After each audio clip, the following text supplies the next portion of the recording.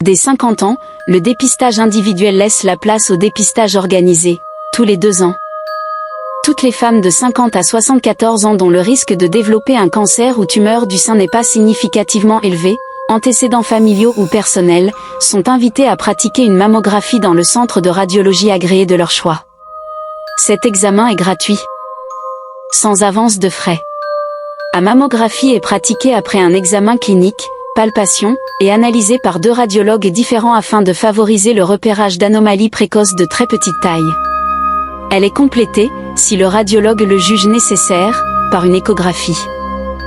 L'ensemble est pris en charge à 100% par l'assurance maladie, sans avance de frais.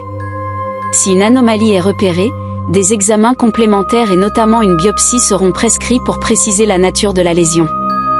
2.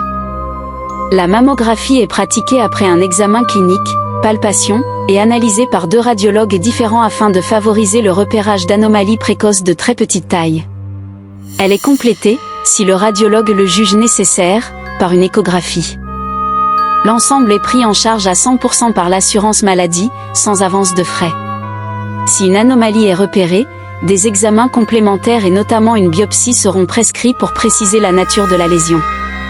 Un suivi gynécologique régulier, assuré par le médecin traitant. Un gynécologue ou une sage-femme est recommandé à toutes les femmes. Cette consultation permet, en effet, de surveiller de façon individuelle le risque de maladies bénignes ou malignes des seins et de l'appareil gynécologique. Dans ce cadre, à partir de 40 ans, on propose parfois aux femmes, en fonction des facteurs de risque, de bénéficier d'un dépistage individuel du cancer du sein. Ce dépistage passe par la réalisation d'une radiographie des seins, la mammographie ou la tomosynthèse, technique de mammographie plus sensible.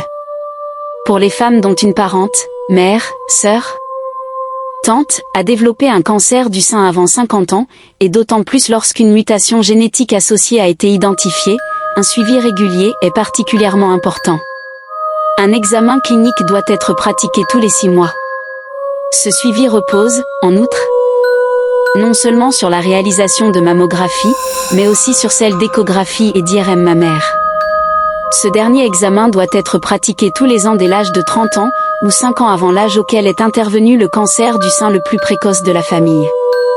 Grâce au dépistage organisé et au suivi gynécologique, le diagnostic est bien souvent posé avant l'apparition de ces signes cliniques chez la patiente.